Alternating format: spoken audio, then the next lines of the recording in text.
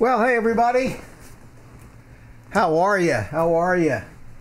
All 8 of you, or is that 7 of you plus me? I never know whether they count me. I think they do. Oh, Mike. Hey, Mike, how you doing? And let me see, Chris Hope. Chris Hope showed up like the instant that I pushed the button that said start streaming. And the reason I'm on today is I had nothing else to do, and evidently some of you guys are about the same. And Drone Shots, how you doing? And Lena Music, wow, that's a colorful thing. Thanks so much. Thanks so much, Mikey. Good to see you. I enjoyed your video this morning. If everybody can hear me okay, let me know. If you can't hear me, let me know. I think it's working, but you never know till you get a little feedback. So I checked into Canadian Drone Hub this morning, and the first reaction of everybody was, where you been, Mitch? We haven't seen much of you. And that's kind of the purpose of why I wanted to do this little live stream this afternoon, is basically recap my short YouTube career and share some insights and feelings that I've had. And I'm sure that any of you guys have been at this for a lot longer than me, have gone through these periods of ups and downs with YouTube, and excitement and letdowns, and maybe sometimes you get a little unhappy about certain aspects of it. And I guess that's probably all normal, and like anything in life, I guess you ride through it and see what works and see what doesn't. So I thought I'd do this today without any hangouts and without any chats, and keep it fairly short, but maybe share some of what I thought, and the reason why I've been kind of scarce this past week. On December the 9th of last year, I made the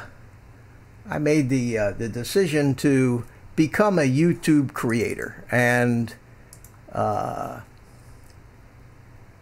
I had no idea what I was getting into. No idea at all.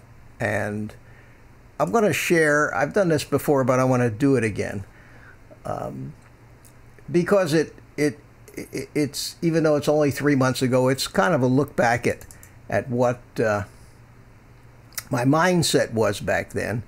So I want to share my first YouTube video, and I hope that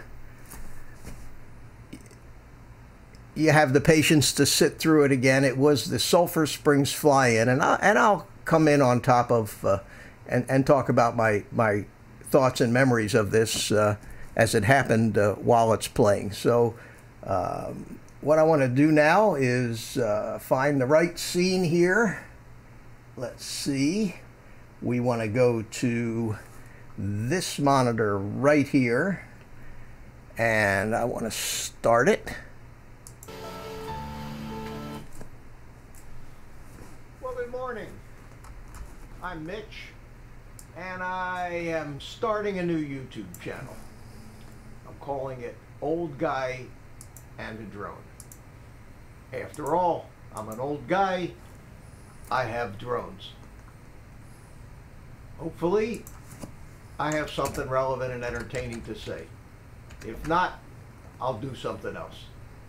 Anyway, right now I'm editing a little film that I shot when Original Dobo and Billy Kyle had their little fly-in over at Sulphur Springs Tower in Tampa, Florida, along with Bill the Drone Reviewer last month. You guys don't need me in the bottom there. For my first video, I will show you what I got. Thanks for stopping by, and I think maybe I have 10 subscribers now, so 11 or 12 would be nice. I love that.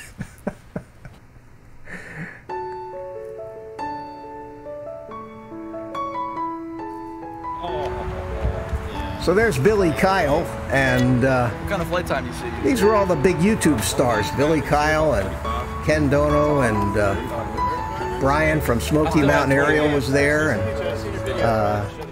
Bill the drone reviewer. And you know, I kind of went over there just because my daughter lives in Tampa, and I just wanted to fly. And I met all these YouTube guys, and that's kind of where I got the idea to do this.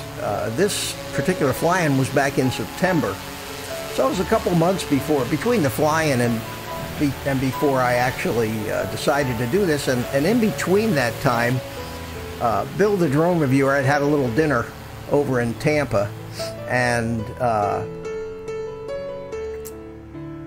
nobody showed up except me and one other guy. So it was Val, his wife, Bill, and me, and one other guy whose name escapes me, and I hope he's not listening because he'd be insulted. And I don't guess, see, we're all the way down to 6 viewers, so I thank you for the 6 people that are sticking with me through this. I guess some people said I've seen all this before. Peter Carroll, I just noticed you there. How you doing, buddy? That's right, Peter, you were one of my first 10 subscribers, my friend, and I appreciate that. And every time I see you on here, I remember the fact that you were one of the first that I had, and you found me from Bill the drone reviewer. So we had this dinner at Ford's garage over there, and that's when I made the decision to do this. And a couple weeks later, I made this first video. I had 10 subscribers at the time because I had posted one video before, which was a video about let me come back here. A video about the way we used to do it, and that was with helicopters back 10 years ago, with helicopters with big stabilized platforms underneath them with regular cameras on them, and it was just untenable.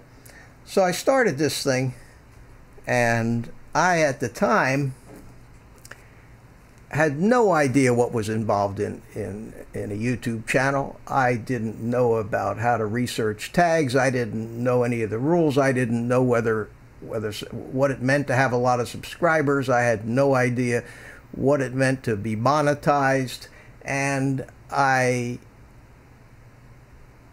just started it out because I'm retired, and I thought, well, this would be fun. It'd be something to do. No thoughts of making any money, no thoughts of having any kind of a following or anything. And I'm sure a lot of you guys can identify with that, and a lot of you have done the same thing. Some of you guys many years ago. Let me stop a second here and welcome Whizbang. Thanks for stopping by. Thank you, sir. I'm glad to see you. I'm going to give you a wrench like everybody else. And who else is in here that I missed so far? Mikey, Asgard, Chris Hope, Peter. Okay, thanks, guys. At any rate, I didn't know what I wanted to do, and I certainly didn't know what would be popular. You know, I thought I like to fly drones. I make pretty drone videos, and there's a lot of other guys that fly drones and make pretty drone videos, so that'd probably be the best thing to do. So I named the thing Old Guy and a Drone, which is okay because I'll never stop doing the drone things. And I made some videos, and I made some videos with pretty drone things in it, and then I started to need some tools to produce these things. And so I started looking at these little cameras, and I got myself a Osmo Pocket, and I got myself, I made a video about it, and then I made a video about a little hack to make a clamp for the back of it, and then I made a video when I decided the Osmo wasn't ready for prime time yet, and I took it back. Then I made a video about getting a GoPro, And then I made a video about trying to get external sound into the GoPro, and one thing led to another. And I noticed in between I made a couple of pretty drone videos. Went to the beach and made a pretty drone video, went to the beach again, made a pretty drone video, and people watched my pretty drone videos. But I noticed that more people seemed to be interested in the camera stuff and the how-to stuff, and it was very interesting because I'm not going to mention his name, but a fairly prevalent and well-known YouTube guy in the drone community posted a video today, and it was entitled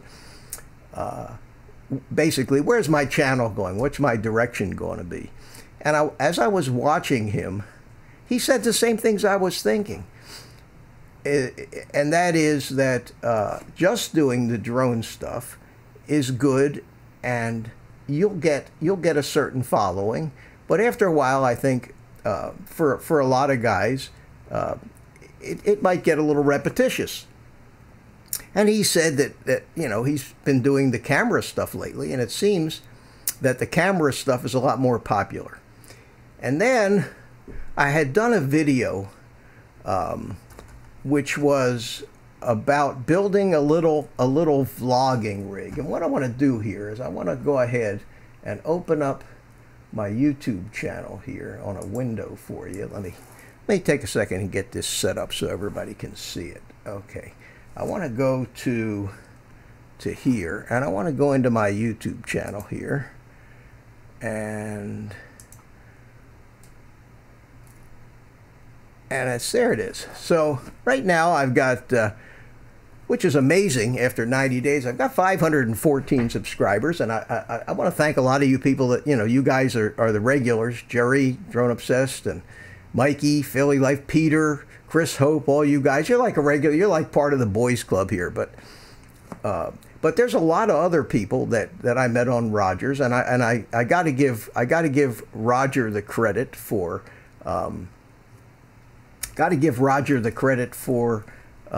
actually getting me off first base, because that's where I met just about all you guys. And I think that when I go into Rogers now, as most of us do, you see that you have to hunt real hard to find somebody that you're not subscribed to, who's not subscribed to you. Eagle VP, hi, how you doing? Thanks for stopping by, my friend. I want to give you a wrench. I'm going to try to keep up with the chat here as I go without losing my train of thought, which happens often when I get distracted. But this is completely off the cuff. I have no notes in front of me about which direction to go or what to talk about. I just wanted to come on and share some randomness with you. Anyway, if you look here at my, let me put myself in the picture too, so that you can see me talking in the bottom. If you look here at my channel, that's the live thing we're doing now. If I go to my list of videos here, and look at this at the videos I've done, and look at the counts. 124 views on a live stream, 96, 189, 164. These are live streams that I've done. Live stream this one was a 5-hour deal with Spike. A lot of you guys remember that. That was a marathon. 231, and then I did a video recently about a new vlogging rig, and that's up to 308 views already, and that thing's been out a week.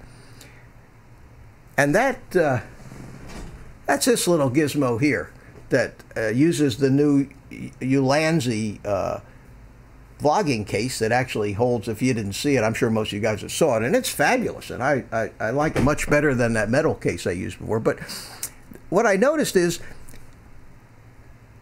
308 views. It's 2 to 3 times the number of views that I had on any of these other videos that weren't live streams. And then I did this review of the microphone, and That was 5 days ago, and I got 75 views on that. So, you know, I'm not burning up the YouTube airways with these things. But the fact that this is already up to 300, so I got looking back through some of my other videos, and I'm sure all you have done a lot of the same. You've done the same thing. 137 views, 106 views, 230, 100, 100, 100, 100, 100, 131, 85, 187. Here I did that video about building that custom transmitter tray that I use, and that has 233 videos. Here's a pretty drone video, beautiful footage from the Tai Chi grand opening, 117 views. The stadium did a little better. I don't, and I think that's because people searching for on Google for the Space Coast Stadium may have found this video because I use those keywords in the tags. A video that I did that really seemed to do real well was good old Miss Elva here in my community, the 99-year-old on the three-wheeler, and that's up to 326 views. And I got views on that because people put in their own face, friends of hers put in their own Facebook pages the link to that, and I got a lot of views. And if you guys, if you, I can't do this and really read the chat too, so I'll stop and catch up with the chat. So if I miss something in the chat, I apologize. I know how that feels sometimes to say something and you think nobody cares, but that's not true. So this one that I did, which I thought was one of my best videos with pretty drone footage, was the ocean fishing and the sunrise on the beach, and that's 224. Now, you know, I look at these view counts, and I can't expect to get these huge view counts. I just can't. Not having been in this for 3 months and not with 500 subscribers. But I gotta tell you, when I look at some of the dumb crap that's got 5.5 million views because some hot-looking young thing in a bikini is on the thumbnail, it is a little discouraging since I can't compete with that, and I'm certainly not going to put pictures of hot-looking other young things on my thumbnails. But we struggle for the views on our videos, and I want to talk about how I feel about monetization, and this is all leading to that. But 224 views. Old guy in a drone. My channel trailer has 441 views, so that's maybe one for every subscriber I have. Now here's the one right here. GoPro vlogging rig, how to build, 4,500 views. Okay, and I've watched this video. And if I look at my analytics, I've watched this video just ramp up like this and keep going. And every day on this video, the number of views that I get on it is greater than the number of views the day before. It is actually, and it's a 2-month-old video, it's actually accelerating. And in the description of that video, there are links to the little pieces and parts that I used to make it. And I went and got myself an Amazon affiliates account, because as much as we all say we're just doing this for the fun, if we can make a few bucks, especially us retired guys, we're not gonna say no. So 30 days ago, I got an Amazon affiliate account, and interestingly enough, in the past 30 days, I've made $100 bucks. $100 bucks, because people who have bought the little pieces and parts to build this vlogging rig on Amazon from my links, and I made $100 bucks, and the commissions are only 2 to 3% on most of that stuff. So when you think about it, I've generated thousands of dollars worth of sales for Amazon with my stupid little vlogging rig video, and it is single-handedly outshone every other video that's on my channel. And so I said, well, maybe I need to do more of this kind of stuff, because it seems to be what people want. Because let's face it, we do want to do what people want. We like to do what we want to do, and what I want to do is fly drones and make pretty pictures and put them to pretty music. But I don't think there's enough in that to keep, let's say, an audience. Would be like watching the Tonight Show and having them do almost the same thing every night. And with the exception of some of the superstar drone guys on YouTube, I'm not going to mention names, we all know who they are. Most of us little drone guys we kind of settle into a certain level if we don't increase our repertoire. So I came to the conclusion that it would be great to make some money at this. In order to make money off of ads on YouTube, you only get paid when somebody actually watches that ad on a video. And in order to actually make any kind of meaningful money, and I may be wrong on this because these are just the impressions that I've gleaned from watching any number of these how to make $1 billion on YouTube videos. There's no shortage of them either. That's a whole nother cottage industry, making videos about how to make videos about how to make money on making videos. It's crazy. But it seems to me that unless you're one of these creators that has some kind of hook where everything you put out gets 500,000 views, 1 million views, 300,000 views, 800,000, the kind of numbers that are absolutely foreign to the drone community, you're not going to make a ton of money. And that the way to make a little money in this is to consciously try to do what I did accidentally without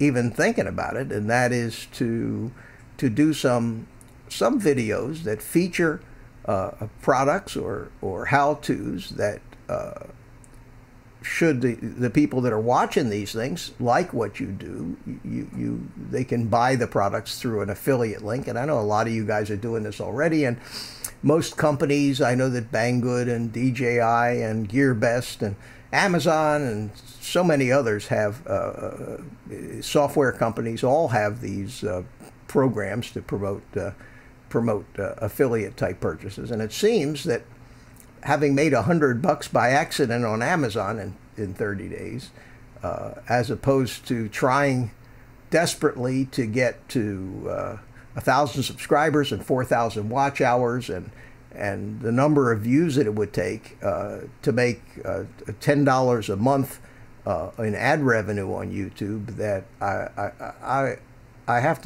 decided to stop concentrating on the number of subscribers and making it to that miracle 4,000 hours, because I noticed that if you get a couple of videos like this one that I managed to or accidentally lucked into, the time and the subscribers will take care of themselves, because I'm getting most of my new subscribers now not from going into live stream chat rooms and gotcha, and gotcha, and gotcha back.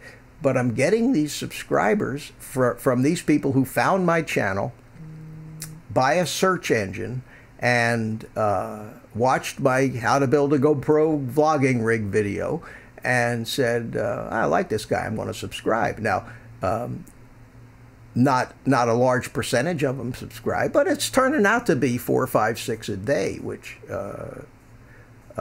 more than offsets the loss that you have by not going out there and consciously making that effort to get subs.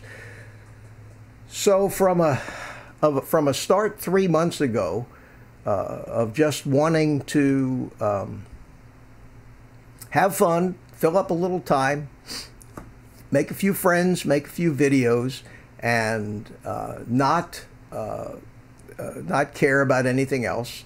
Now, 3 months later, I actually got to the point about a week ago where I was burnt out, because to do what I did in 3 months was just an enormous amount of work without getting paid for it. And you all know, every one of you knows this and knows exactly what I'm talking about. It is a lot of work. You buy a lot of equipment, you spend a lot of money, you spend a lot of time, you're out there shooting videos, you sit at hours and hours and hours editing these videos, doing all this stuff. You put these videos out there, you get 50, 100 views on them, and psst, that's it. And it's a tiny notch towards building to what you think might be the kind of popularity that some of these guys have that got started 10 years ago, 5 years ago. Some of these guys with 80,000 subscribers, 100,000 subscribers. But if you look in the drone community, and I may be wrong, but I think there's only one guy with over 100,000 subscribers right now. And there's another one I know of over 80. But most of the ones that seem to be the big players in the drone community are anywhere between 5, 6, 10, 12, 11, 20,000 subscribers. And I personally know that these guys are not getting rich with that level of subscribers. And I also know that it gets tougher and tougher each day to come up with fresh new content, because after all, DJI only puts out so many drones, and what are you going to talk about? You know, until a drone company puts out a new drone, and it's gotten to a level right now where the drones are now kind of peaking in technology. So the quantum leaps in technology aren't coming like they used to. Let me stop on this little tirade and say hi to some of the people in the chat room. So who we got here? We got Mel. Hey Mel, how are you, my friend? 400 AGL. Let me make you a moderator here, so you can be one of the crew. Good to see you. I saw you this morning a little bit on Canadian. Whoa, what did I just do? I just went to Mel's channel. Hey, there you are, Mel. Did you do that to me? Did you hack me? Or did I do that? I must have said go to channel. There you go. All right, Mel got a plug out of me. No charge. Add moderator. That's what I want to do. Okay, and what else we got here? Space Galleria, how you doing? Who else is new? Manic, hey, Trev, how are you? Good to see you. Jeff, reviews for you needs a wrench. Okay, you got it. Jeff, reviews for you. I haven't seen your. Let me see what we got going here. Let me go to Jeff reviews for you. Oh, you do that. You do that as seen on TV stuff. Yeah, I am subscribed to you. I watch your stuff. That's pretty cool. As seen on TV. I've bought a few of those as seen on TV things. It's never been pretty, I gotta tell you. Hey, Chris, thanks a lot. Thanks for stopping by, man. I appreciate it, and let's hope the second 500 is easier than the first. And interestingly enough, guys, I actually am up to, drum roll. Wait a minute, I think I haven't. I'm not using this. Hold on a second. Oh, come on. Here we go. 1,000 watch hours. Okay, I'll behave with the sound effects. I love the sound effects, and I don't use them enough. But it takes discipline. That's the one thing. It does take discipline. And anyway, I was talking about these videos, and this one video here, this vlogging rig video, which was really funny. I screwed up. I dropped things. I didn't know what the hell I was doing. It was one of the first things I ever made. So after it was done and I was going to edit it, I said to myself, you know, do I need to make myself look like I'm somewhat intelligent here? And then I finally decided, no. I said, it's funny. I'm just going to leave all the mistakes in and drop in things, and I don't know if that's what made it popular or not, but it was an interesting thing. And then another thing that I did at the end of it, which I hadn't seen anybody do, and I had a couple of comments from people who said they really liked what I did, was when I got all done with this thing, and let me run it up here. When I got all done with this thing, I actually showed them, as a YouTube creator, I showed them how I did it. Here. As a YouTuber, I'm always curious as to how the guys film their things. So I thought maybe you might be interested in how I just filmed that little episode, the first time I ever did an assembly video, and to see exactly how I filmed it. So basically, I have a little light box set up, and I lit it with just one light. I actually shot that thing sitting behind this cell phone, and I had here. Let me get the camera back here. There you go. And one of the reasons I was a little clumsy in that is instead of looking at what I was assembling, I found myself watching the screen. But these YouTube videos are all about lessons learned, and that was one of them. So I sat there, wrapped my arms around this this tripod here, and made that little video. The audio was actually recorded on the cell phone mic, and it was very simple. Very simple setup. I have a number of different color backdrops I use for this light box, and anytime I need to do a little product photography for small things, this works out pretty good. Just for your information, I'm filming this, of filming that, on another cell phone in an Osmo Mobile 2 holder. So I have nice stabilization and nice smooth pans up and down, and it's a cell phone kind of world. So here I am vlogging on my new little vlogging rig, and behind me is the recording of the little assembly video. Okay, so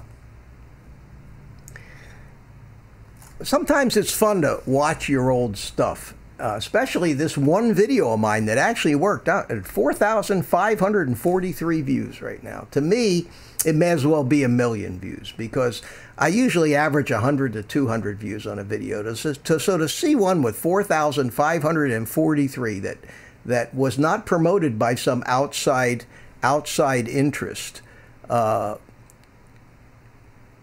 it amazes me, and so I've spent a lot of time looking at the analytics on these things. There, let me stop this before we watch every video I ever made. I started looking at the analytics, trying to figure it out, and I'll let you know. Like I say, I made this last week. I made the new vlogging video because that little vlogging rig seemed to be what people want to talk about, and I figured there's a lot more people using GoPro cameras than people flying drones. So for me, the ideal type of video would have everything in it. It would have some drone flying, some camera talk, things like that. And I think that in sitting here trying to decide what you do, and at this milestone, that's the reason I took a week, pretty much took a week off. Didn't do any live streams. I had my sister visit for a day, so that took up some time. But primarily, I don't think I spent more than a half an hour total in chat rooms or watching live streams this week because I just wanted to make some decisions. YouTube has a tendency to take over your life, to say it mildly, to put it mildly. 4 months ago, 5 months ago, my life was nothing like what it is now. And I think I'm happier now because I have something to do. But it does dominate your life, and you become part of a community, and then you don't want to miss anything. And as the community grows, there's more and more. There are more and more live streams, and if you miss a live stream, you feel like maybe somebody will notice that you weren't there and wonder, well, don't you like me or something like that. There's a lot of guys missing my live stream right now, that's for sure. We don't have a lot of people watching here, and I didn't expect it. It was middle of the afternoon, and that's another issue that I have to come to terms with, and I have to decide. Hey, Carpenter Rick, how are you? Who else did I miss? Him and I Woodworking said, hey guys. Hey, Him and I Woodworking, how are you? I don't know if you're still around. Anyway, you reach a milestone like the first 3 months and the first 500 subs, and then it's time to make some decisions. Do I still enjoy this as much as I enjoyed it in the beginning? Is it something that I want to do at the same level I've been doing it, or do I want to slack off a little bit? I've just started flying going to learn how to fly the FPV planes, and I spent some time this morning playing with this little bugger, and I got this. It's a little beta FPV YouYube. It's HD. It's got an HD camera in it, and it has it records in HD and transmits to the goggles, and it brings back a lot of the old fun I had in RC.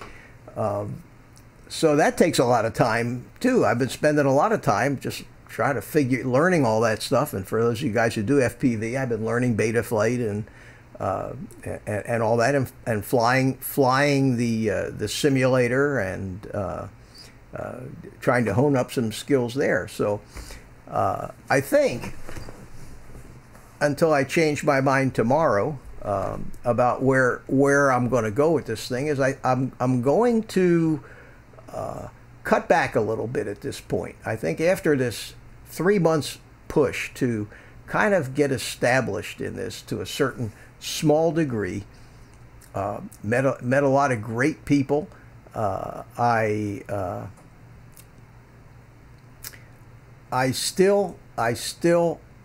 have to cut back, and I would say I have to cut back to about 50 to 60% of what I have been doing, which is probably more than most people do anyway, because I have been going at it like a freight train. So, Magic, 1,400 subs in 6 months. Well, Kev, you got 15 channels and God knows what else going on, but I have to. I'm going to slow down just a little bit, but not that much. But I'm going to slow down. I'm going to do, I think, one live stream a week, and probably one video a week. And I think one video a week and one live stream a week will certainly be enough to keep anybody in the mainstream. And that way I can go and spend some more time hanging out with the guys and watching their live streams. The time that I want to do this live stream has been something that's been bugging me about live streams since I started doing it, and that is there are way too many live streams right now, and everybody seems to be vying for convenient time slots. And I don't, and that's why I'm on here at in the middle of the afternoon, because I want to be considerate. I know that the guys up in New York, those guys are coming on today at 5. I know that it seems like every day of the week or every night of the week, it's Roger, it's Val, it's Mark, it's Centroid, it's Mel at 400 AGL, it's everybody, and it's great, and I enjoy all their live streams, but I don't want to disrespect any of those people by coming in at the same time they're on, which means there's no time left. So if any of you guys would make a suggestion to me in the chat room that what you think, because I can do it anytime. I can get up at 4 o'clock in the morning and do one of these things. What you think might be a good time where people would be able to chime in here, where I wouldn't have to feel like I'm clobbering over on top of somebody else. And I know that with Roger, he doesn't care because he's on all the time, and nobody can not avoid Roger's live streams because it's a different kind of a live stream. It's kind of like saying the YMCA is open, come on in. So all the rest of the stores aren't going to say, well, we can't be open because the Y is open. Nah, you know, people stop in the Y for a while, then they'll come over to your place. But if you got any suggestions for me, I'd appreciate it, either here in the live chat or in the comments section on a replay, perhaps. If you're watching this on a replay, let me know what you think might be some good times for some live streams, because I do want to do them, and I want to have I want to have both kinds of live streams. One where I have maybe one guest, and another where I do a Hangouts where I can get 6 or 8 people on the panel. Start a free-for-all, sit back and watch it happen. I like those. I get to build the time. Everybody else does the work. Who else we got here? Jack. Oh, Jack Sparky Frown. How are you, my friend? Good to see you. You're already a moderator, so you've been to one of these before. At any rate, that's kind of what I wanted to say. If any of you guys want to help me out here and give me your thoughts on what I've said about when it would be a good time to have a live stream. Oh, Mike Roche. Hey, how you doing, man? You just showed up. I'm seriously thinking about just wrapping this up. I said what I was going to say. I rambled for most of this, but it's just some thoughts, and I think that everybody can identify. Any people that have made YouTube videos and have a channel and try to get subs can identify with some of the uncertainty. I know that Mike up in Philly and I have had a lot of phone conversations about this, and he goes through a lot of the same things that I do. One day you just want to hide, put your head under the bed. And, other days you just you just can't wait to get at it. Mel asked me, am I using? Yes, Mel, I am using OBS. Thank you, Mike Roche. Yeah, I like OBS. It's it does what I need it to do. I can assemble all the different scenes. I know that you use Vmix, and I have never. I looked at the Vmix website, and but I've never played with the Vmix. Here's a shot, Mel, of my setup that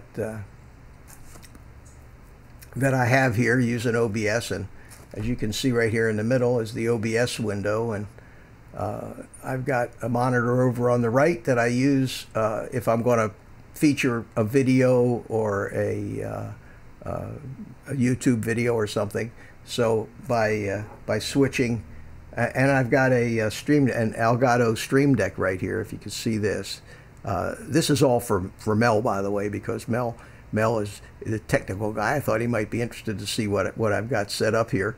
And there's my bald head up top, so you guys can see this. But at any rate, I've got 3 monitors set up here, Mel, and I've got right here, I've got a Zoom H6, which is a 6-channel recorder that also has a USB out. So that's all my audio's coming in through the Zoom here. I have music playing on a little notebook PC over there, and I can bring it in through the Zoom mixer here. And I also, what, did I kill my mic volume here? Let's see, what did I do? There we go. Okay. Turned the wrong dial. Very professional. And then I have a little tablet here with sound effects, which also go in through the Zoom, so I can do all that. And yeah. Okay. And what else? And with the Stream Deck here, I can actually change to any one of maybe 10 different scenes. And I've got, for example, this is my main scene, and this one says full front, and this is split left, which is what I've got on my left monitor, full left monitor, split center monitor. I don't have that on there. There's my center monitor.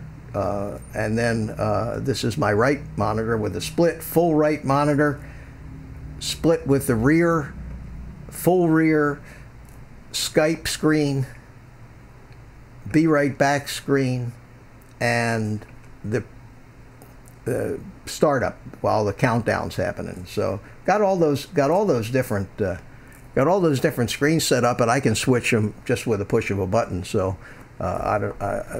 any more than that, I certainly don't need. Teeny Weeny. Hi, Mitch. Hi, Teeny Weeny.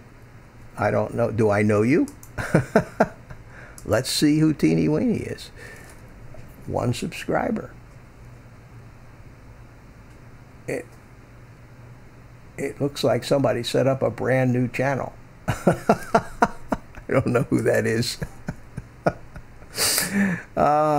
We'll see if we hear some more from I wouldn't be surprised if it's Trev over there in Australia. Rodney, how you doing, Rodney? Good to see you. Glad it's David Maxwell. Boy, everybody's showing up now. What happened? Did another live stream end that I didn't know about? Whose live stream did I just miss? Anybody want to tell me? Paul Murray is Teeny. Ah, okay. I should have known it. Oh, is that sock puppet?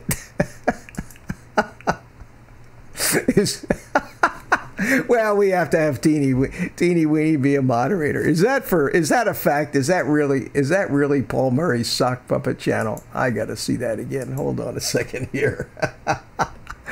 Oh, let's see what we got here. Teeny Weeny. Any videos?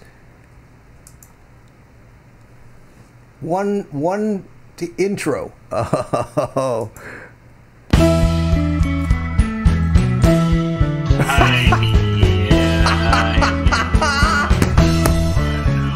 Oh, that made my day. What?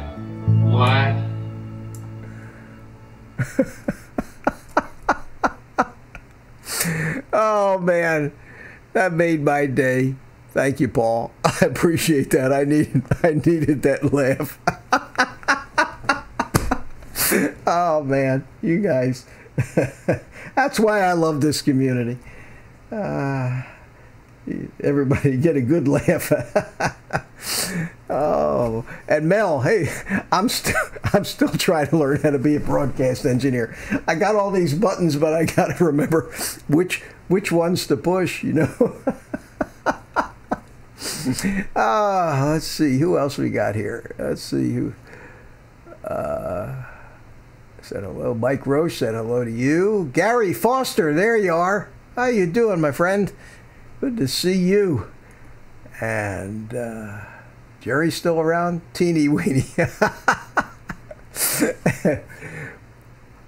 Hey, Paul. I'd almost bet that in 6 months from now, that Teeny Weeny will have 5 times as many subscribers as you do. Mark my words. You better put out some good videos with that. You got the whole, you got an unlimited audience with that concept. You got children, you got all kinds of stuff, and then if you get children, then you can enjoy all this YouTube scrutiny of the pedophile hackers too. That just think of the possibilities there. It would be terrific. And we have Big Fish in the house. Somebody new. Hello, Big Fish. Thanks for stopping by. Do I know you, Big Fish? I don't think so. Let me go and look. Big Fish. Big Fish has got, I don't believe it. Big Fish has got 199 subscribers, and I can't help you, my friend, because I'm already subscribed to you. I must have met you somewhere else, but 199 subscribers. So, in the immortal words of the Godfather himself, check out his channel. It's got good content. Help him out. Support him. That's about the best Roger impression I can do. And I don't even have a dog next to me.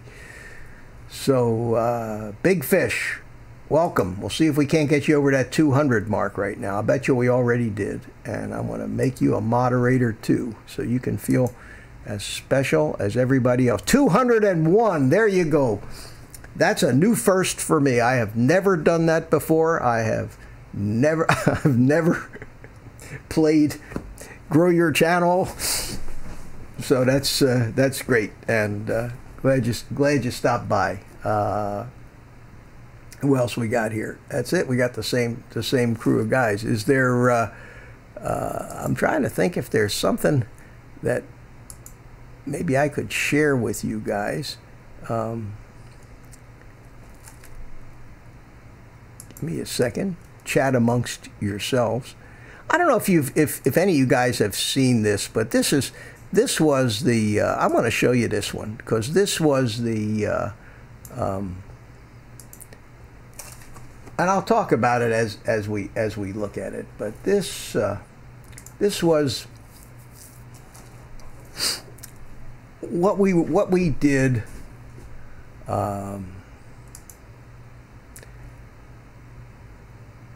Way back before drones, and I actually was serious back then about doing commercial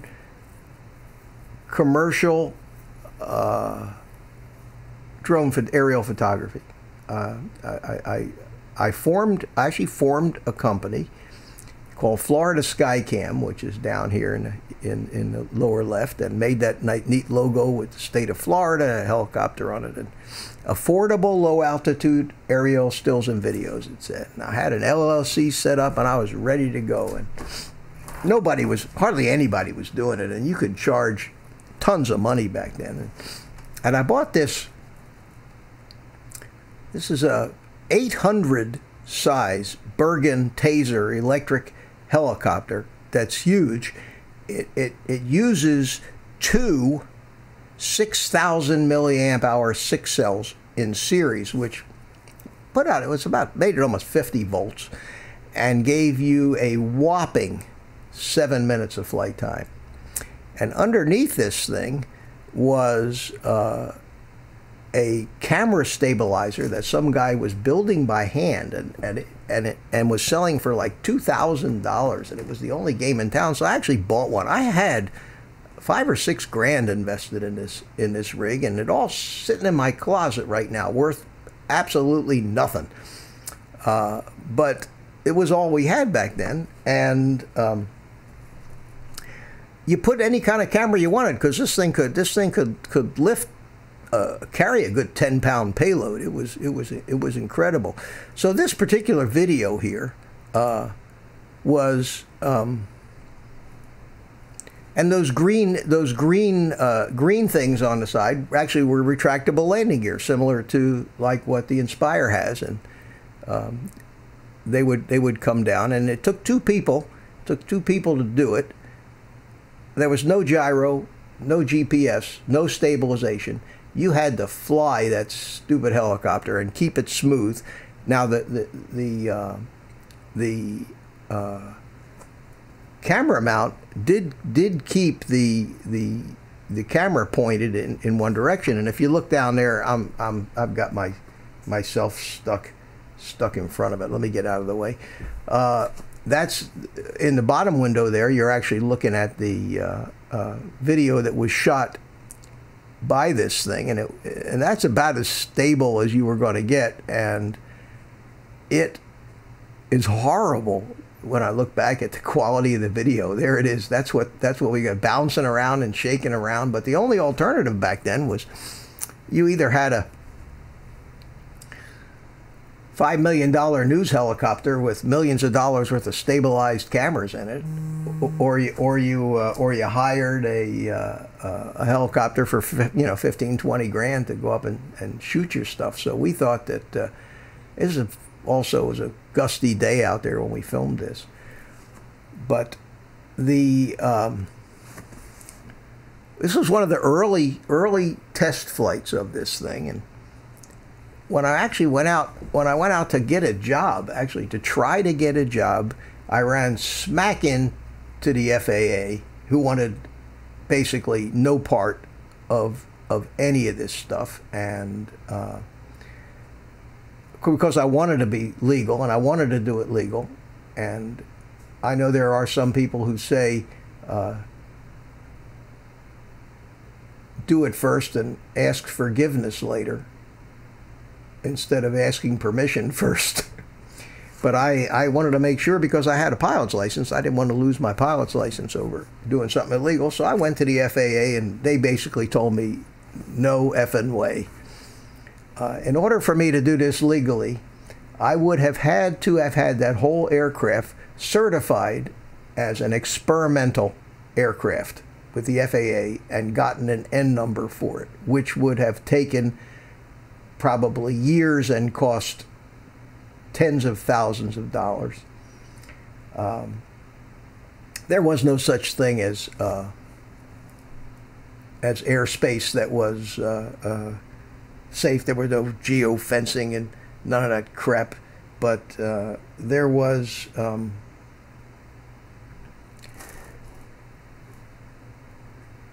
hang on a second, guys. Try to stop. There we go. There was just a bunch of us pioneers trying to figure out a way to do it, but there was just no way. There was no way. So I could fly the helicopter as a hobbyist, could take pictures, but the thing was so dangerous to fly anywhere near people, because it was huge and big, and it would chop your head off if something happened. So we I gave it up, just flat out gave up the idea, and didn't do anything more with aerial photography until I finally decided to buy a drone, which was long after drones had already come back out, but so I got my drone, got my 107, and now that I'm a big-time licensed commercial drone photographer, everybody and their brother is. And everybody and their brother is willing to do a real estate shoot for $65. So I find myself actually turning down some work, because it's just not worth the risk. It's not worth risking your drone and going out there and doing all this and having to put up with a customer that's might not be happy with the results for $50 to $75.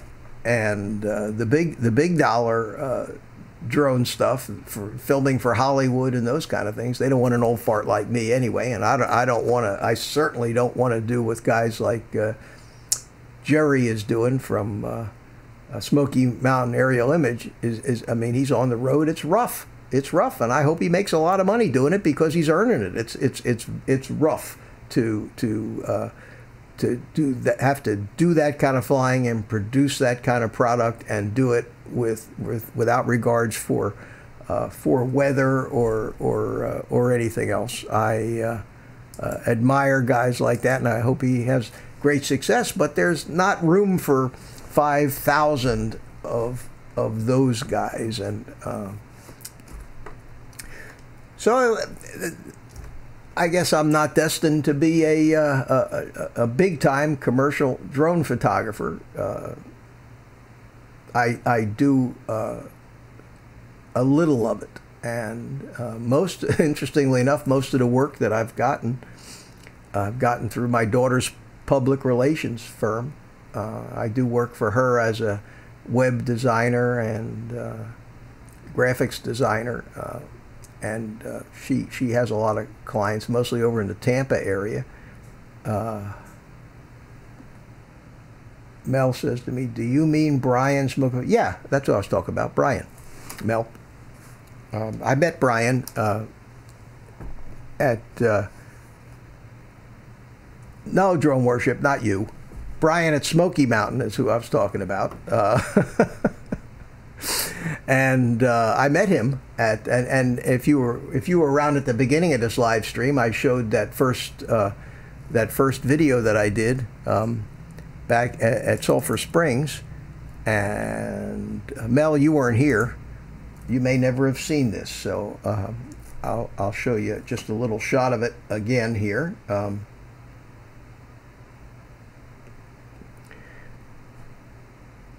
There's a neat trick. There's two of me. But this was at Sulphur Springs. There's Billy Kyle, original Dobo, Build a Drone Reviewer, and there's Brian's Matrice. And this was a little flying back in September. And this is what basically got me interested enough to actually start a YouTube career. But I don't even think Brian remembers me from that, but I did meet him there and got to see the Matrice fly. And I had put it to some nice pretty music.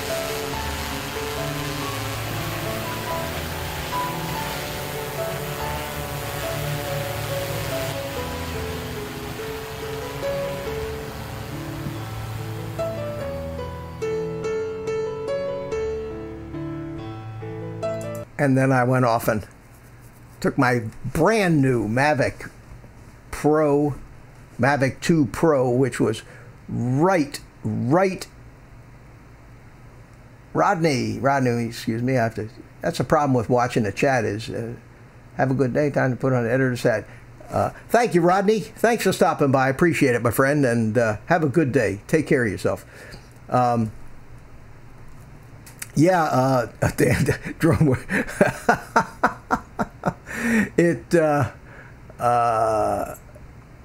Dan, yeah, that was the funny thing, and I had to do it. I had all that footage of and he did. They brought snacks, and that's all they brought was snacks. They brought anything that, junk food in a plastic bag they guys had, and all they did was stuff their face standing there all day. So I had to put it in my little video. Where was I? Oh, Hugo, how are you? How are you? Good to see you, my friend. Thanks for stopping by. I guess a lot of people are just phasing in and out of here, and this is a new thing for me. This is the first time I've actually decided to just come on and do a live stream without having a guest, without a co-host. Or somebody to just, because it makes it a lot easier when you actually have somebody to talk to, because then you don't feel as self-conscious about being responsible for entertaining so much as this. Oh, this was, this next, what happens is these old videos of mine come up, and this one here was, oh, this was funny. I gotta play this.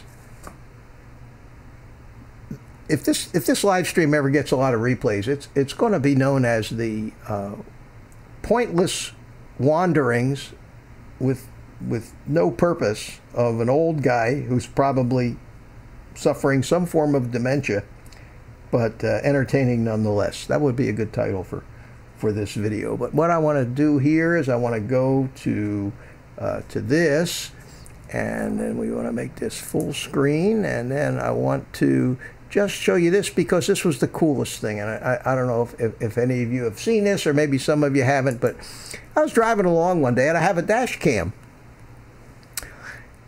and this guy popped right up like that, and he just stayed there. And I was afraid that I didn't want to kill him, but I was afraid that if I didn't get, I have a screen porch, and I have 5 of those things that become permanent residents of my screen porch. I cannot get them out of there. If I get them out, they come back in. And I was afraid that this guy would become a permanent resident of my car. So I did stop at the traffic light, and I did give him a little swoosh. I didn't kill him, but he did go for a short flight on his own. Yes. Anyway, that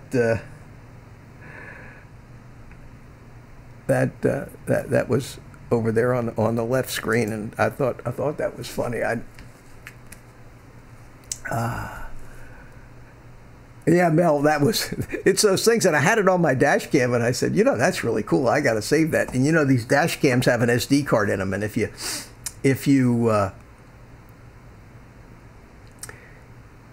don't take it out, they just write over the oldest stuff. So I never bother with the SD card in that thing, and I think it manages to record a couple weeks worth of driving before it actually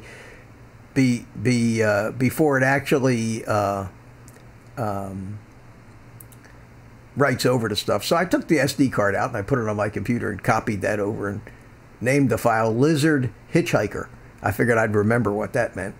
And then one day I was just thinking, I said, I wonder if I throw that thing into Premiere Pro and slow it down a little bit and blow it up, what it would look like. So I did that, and I said, well, that's cool. And then I decided to start. I like to start my videos with the videos that I do. I like to start them with something a little funny. Probably break all the YouTube rules, because the YouTube rules say that in the first few seconds of your video, you should actually say the title of the video, and in the title and what you say in the first few seconds of your video should reflect the keywords that you're using. And I know Bill the Drone Reviewer does that religiously, and every time I see him do it, it reminds me that I'm not doing it. He'll title the video like DJI is Phantom, is the DJI ditches Phantom 5. Might have and that'll be the title of the video. And in the keyword, he'll have a keyword in there that says DJI ditches Phantom 5. And then in the first few seconds of the video, he comes on, and there's his face, and he says, DJI ditches Phantom 5. Stay tuned. Then he runs his opening graphics, and then he comes back and talks about. Now, I'm not saying DJI is ditching the Phantom 5, because I have no idea whether they are or not, and basically neither does anybody else, and everybody reads this Osita Lev tweets and makes videos about that stuff. For me personally, DJI is going to do what they do. I was ready to, the other night, I was absolutely ready to buy a plane ticket to China and go march up to the DJI headquarters building and have a personal talk with whoever it is over there that handles the map restrictions. And let me tell you why. I live right down here about 25 miles from Cape Canaveral. We have a lot of launches here, and I did a video which was really kind of funny.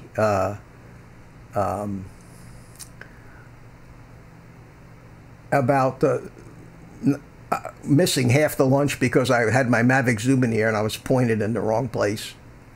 And I said, then I'm going to do it again, and I'm going to do it right. Well, yesterday, or day before yesterday, we were scheduled to have the United UAL, not SpaceX, but UAL was doing a military satellite launch here with I think an Atlas V with 4 boosters and right at sunset, and it was going to be a spectacular sight. So I said, oh man, this is it. So the launch was scheduled for just before 7 p.m. and I set up a camera in my living room, pointed at the TV, and I had the YouTube UAL feed streaming live on the TV, so I could use that in a window in my video, like I did the last time, so you can see what they're showing on TV, and I'd sync that up with the actual rocket going up. And even though I'm 25 miles away, especially if it's a darker sky, it's a spectacular view of this thing. So I was going to use the Mavic zoom again and I was going to shoot it in 1080 this time because that way I could zoom in 4 times. It doesn't really make much difference whether you do it in post or if you shoot in 4K and shoot and end up with 1080 and zoom in post, you get effectively the same pixel for pixel image. It works great. And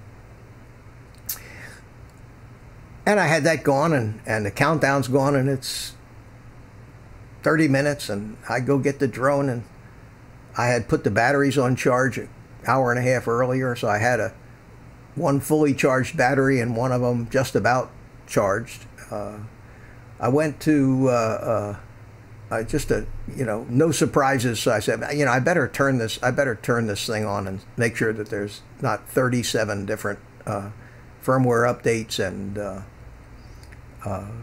database updates and everything. So I turned it on, and normally in my place, I'm close to Melbourne Airport, but I get a altitude restriction when I can fly here, and I've got permission from the tower to fly anytime I want. In fact, they told me, don't call us every time you fly. Just stay under a couple hundred feet, and you're good. We know who you are. So I can fly anytime here, and I do a lot of it. And I turn it on. Red, cannot take off. I said, what? So I turned the drone off and turned it back on again. Cannot take off. So I touch on the screen, and it tells me that I'm in a, what they call it? It wasn't a no-fly zone. Like, it was blue. So I went and looked on their map, and there's this huge blue circle surrounding the whole world around where I am, and it says it's an air show. And this air show begins sometime in 2015 and ends sometime in 2036. And if you don't believe me, go to your geofencing software, look right around Melbourne, Florida, around the Melbourne airport. You'll see a big blue circle, and touch on it, and you'll see that it says that there's an air show happening here for 20 years. So I said, well, but it also said on the thing that I could unlock it. But normally when you touch it, it gives you the screen. Do you want to unlock this and get the code? Give us your phone number, credit card, all that stuff. That wasn't anywhere. And the countdown's gone, and I said, I'm going to miss this thing because of this.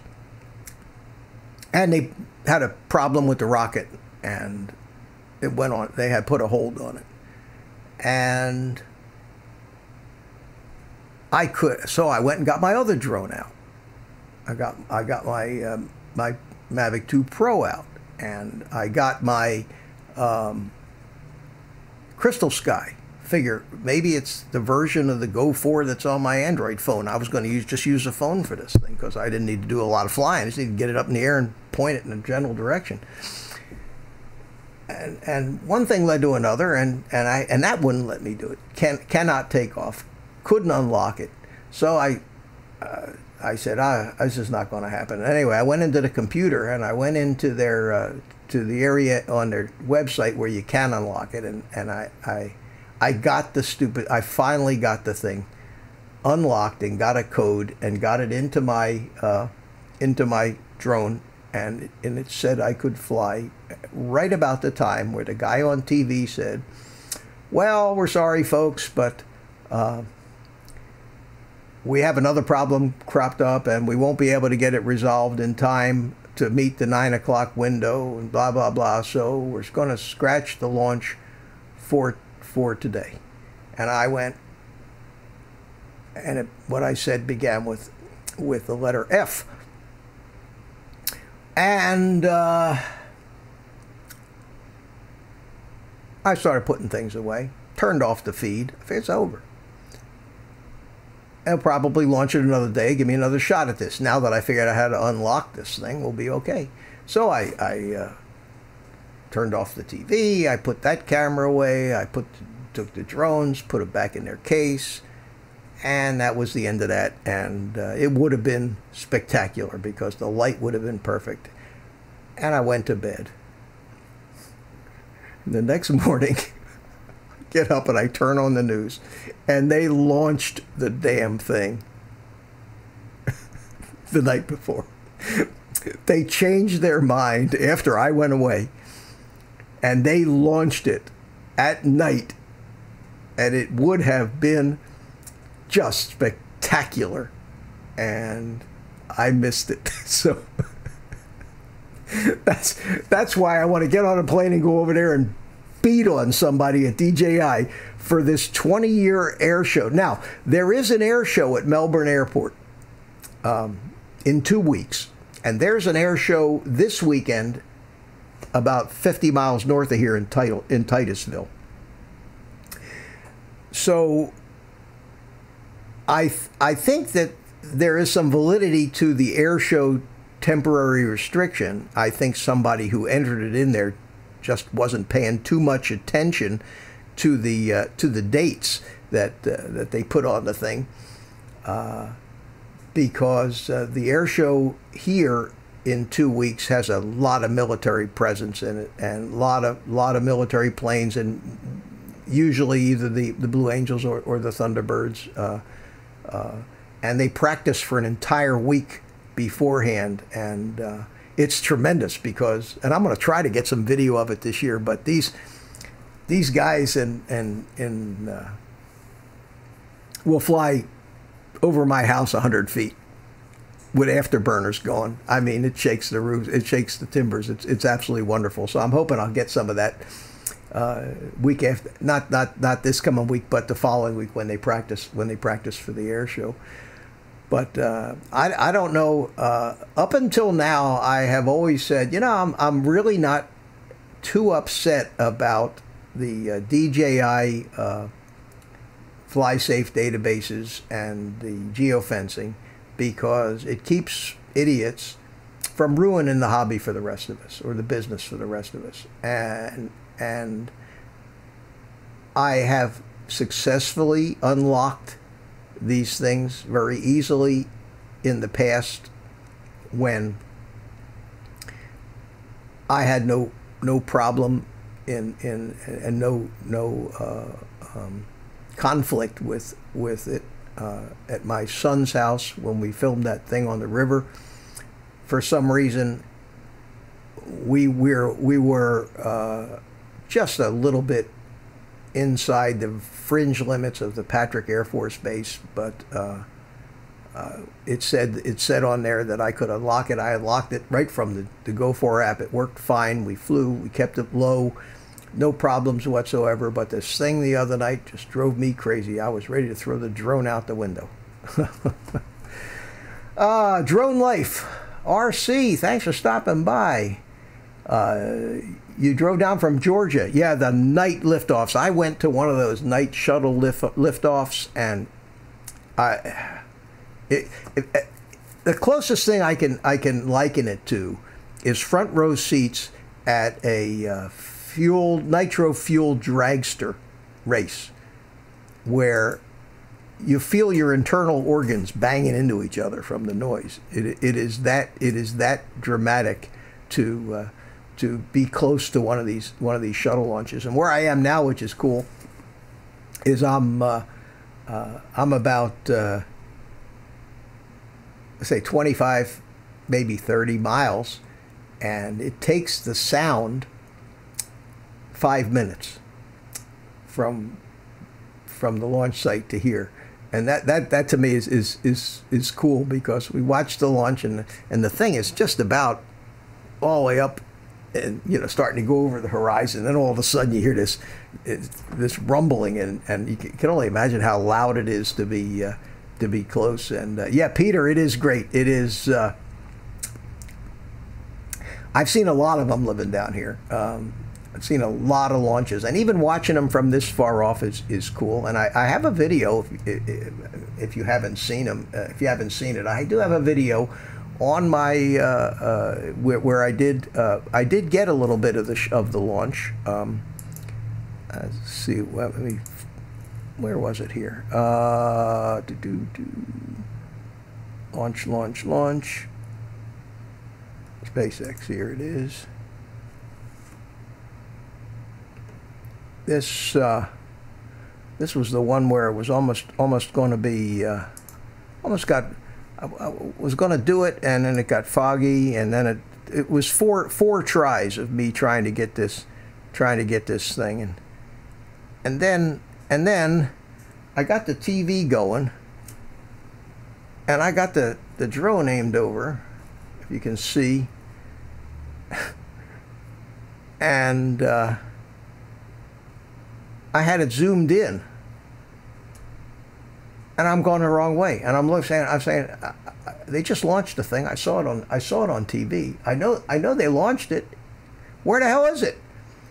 And because I had the Mavic, the zoomed in all the way, I was just a little far to the east of it, and I was standing behind a bunch of trees and couldn't see the sky, which taught me another lesson. The next time I do this, I'm going to go out into a field where I can actually take a look up in the sky. And I was saying on this video, I can't believe it. Am I too far to see it? And I look over here finally, and there it is, up in the air. See it? I'll catch it here in a second. There it is. I missed the whole first part of that thing. I couldn't believe it. And again, that was another situation where I said, what an idiot I am. Do I want to not look like an idiot on the video, or do I want to brag about the fact that I was stupid? So I bragged about it and made a joke about how easy it was for me to miss it. And then I did another when I noticed how rock solid that thing was sitting in the sky, being shot from a little drone, how stable it was and not bouncing around. If any of you ever tried to look at one of these things through a long zoom lens, to keep something that steady through the equivalent of what might be 500 to 1,000 millimeter zoom, there it is zoomed back out again. You can see it was just rock solid. So I did a video about how stable the gimbals are on these cameras, and went into post-processing and just kept zooming in and zooming in and zooming in and zooming in, and the thing just stayed right there. And if you haven't seen that video and you want to be proud of the fact that you own one of these things, watch it, because it blew my mind how stable. It's like a tripod in the sky. And the closest I've seen to that kind of stability, in fact, even better, was a friend of mine who works at Channel 9 in Orlando, who's a photographer, and he's their head, I think their head photographer, and he was a friend of mine from RC flying, and he knew that I was a pilot and loved to fly. I got a call from him one morning, Sunday morning. Hey, Mitch, want to go up in the Channel 9 helicopter? So that's a dumb question. I mean, the answer is kind of obvious. So I said, yeah. He says, well, meet me down at Executive Airport at our hangar. And they had this 4-bladed Bell Jet Ranger, gorgeous thing. Big 9 painted on the side of it. What had happened that morning, and I don't know if you remember this, but this was quite a number of years ago, they had one of the monorails at Disney had crashed. And it was a big thing. It was a big deal, and Disney, I don't know whether you know it or not, has their own almost city and their own government, and they have they have such a deal out there, tax-wise and everything else. It's unbelievable what the state of Florida gave them. But the monorail crashed. Nobody knew, and they are so private about everything that there was no news. I mean, clamped up. It would be easier to get news out of Russia than it would be to get it out of Disney.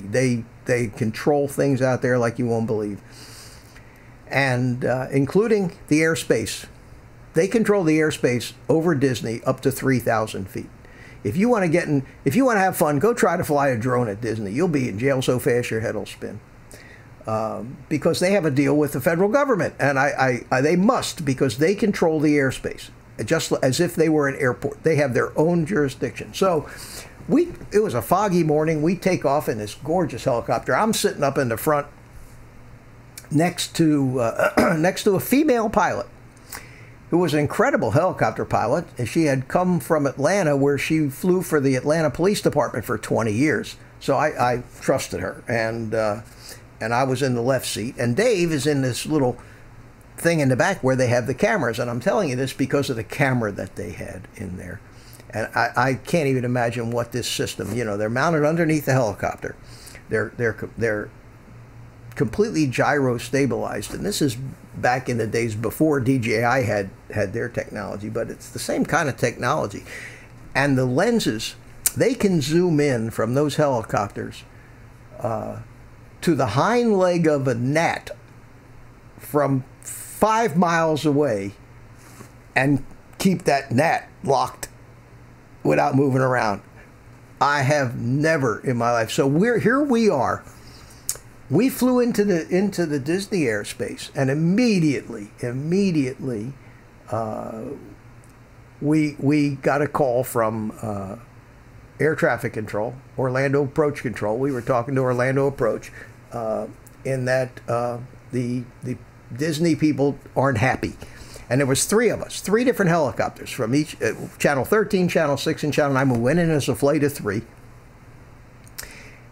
It didn't take that, and we were way out. We were miles away from this monorail, and yet he had that zoomed in like we were right next to it, and they were boarding it up at the time, and you could I think he got about 10-20 seconds of usable footage before they got the wood fences put up in front of this thing so nobody could see it, and then we were ordered by air traffic control to climb over 3,000 feet. Now, there was a cloud deck at 1,500 feet, so for us to climb to 3,000 wasn't possible.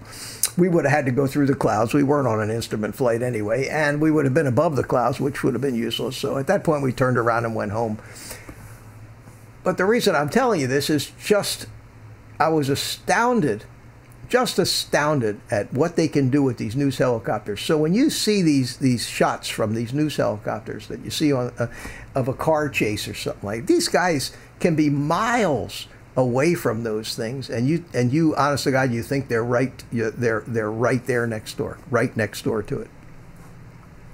Let's see. Here's the best Drone Life RC. Here's the best night launch of the space shuttle video on my channel. Oh, it's on your channel. I'll have to. I will look at that after we're done here. Got to go, everybody. David Maxwell. Probably too late. Okay, I've seen one launch. Hey, well, come on down here, Mel. Come down and visit us here in Melbourne, Florida. I know that Brian gets down to Florida all the time. I know he does a lot of work down here, but I think he ends up most of the time over in the center of the state and over in the Tampa area. Let's see who else we got in here. Anybody else? We got 8 watching, and I think it's almost 5 o'clock and almost time for those guys up in New York. And I think I'm going to relinquish the air to them. So I don't know if I've decided anything for sure about this whole thing, about whether I want to slow down a little bit. I am going to slow down a little bit. I'm not. I enjoy it too much, certainly, to give it up. I do want to grow my channel, and I appreciate all the support that you have. But I am going to not spend quite as much time on YouTube as the full-time YouTube life that I have lived for the past 3 months. And I think that anybody who's been doing this probably wonders how I haven't discovered this sooner. Hey, Cardosa, how you doing, my friend? We're just about to wrap it up, and but I'm glad you stopped by. Mel wants me to buy his Inspire. No, thank you, Mel. They're great, but that's the last thing I need is a big drone. I mean, I don't have a truck or no, I don't need it. I'm surprised you haven't sold that thing yet. I know a lot of the guys. I've seen a lot of guys advertising on the forums. Especially, I see the Inspires on the RC forum more often. What's the name of that forum? I got it here. Hold on a second. It's the RC. What's it? Come on. RCgroups.com.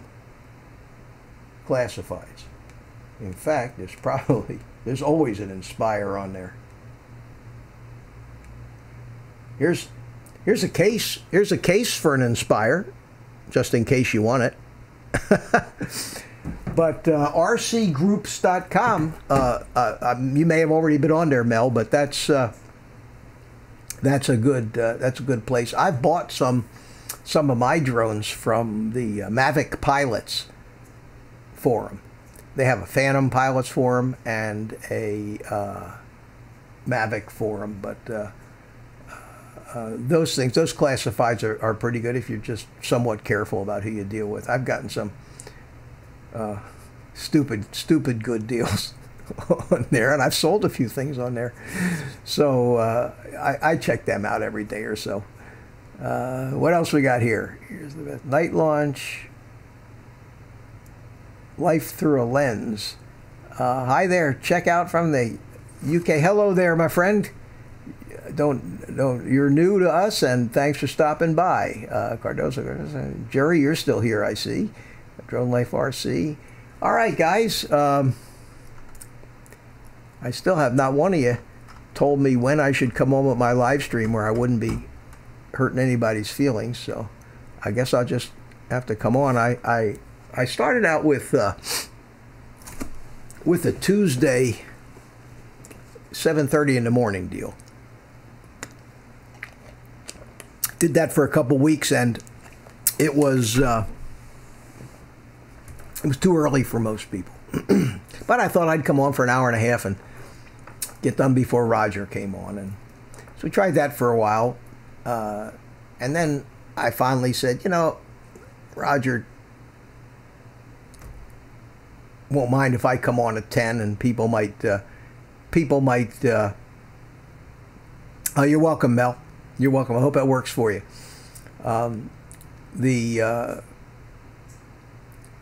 Roger won't mind. People do it. other people do it. So I decided I'd come on at 10 o'clock on Tuesday morning, which was a better time. And I did one Tuesday morning thing at 10 o'clock. But to be honest, I felt, you know, I felt almost like a turncoat to Roger, which is stupid, but I did. So I said, okay, I don't know if I'll do that again. And then we did a couple of the impromptu things with the Hangouts, which I really enjoy. But it's getting tougher and tougher to find a time when you're not stepping on people's toes. And Mel, you know what I'm talking about. You try to you want to find a time, but you know, you have respect for all these other people who do this, and all these other people are working hard to build their channels. I have respect for each and every one of you guys that does this, because it's not as easy as you think, and you can get disappointed very easily. And if you're at all any kind of a sensitive person, it can get you down a little bit sometimes. But I want to find a time where I can have a regular thing. Because I think that doing these impromptu things is fun, and people find you and wander in and out. But I want to have a regular time. Everybody knows that 8 o'clock Thursday night is Ken Herron, and Art Carlson, Artco Drone Solutions, has grabbed Saturday night, and he calls it SNL, Saturday Night Live. Okay. And I like that Art. You know, he's a neat guy. He's a neat guy, and I like Art, and I admire him for working through his handicap. And I wish him great success, and do not want to be the guy that tries to go on when he's on. So I don't want to do that. And then if you're in Canadian, Cardoso says Sunday evening. I thought about that. Today is Sunday. Who's on Sunday night? I know that is Roger on Sunday night? I know that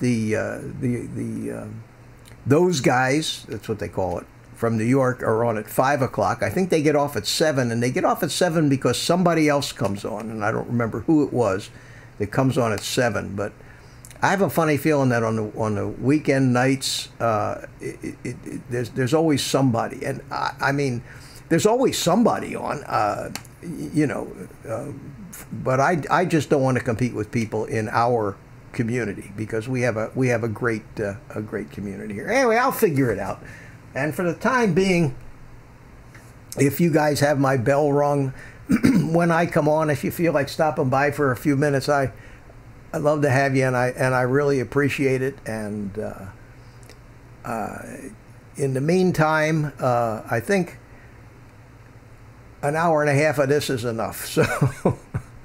So there's 10 of you left, 9 probably, including me. I want to thank you all for stopping by, and let me try to make a nice exit here. So let me get some music going in here. And we got some music. All right, we got some music, and we got some applause. Hey, okay, and I gotta find the button here. So with that, everybody, thanks for stopping by. Good to see you all, and we will see you around in the chat room. So take the rest of the day off. Go play with your drones. Have a great rest of the evening, guys. Take care.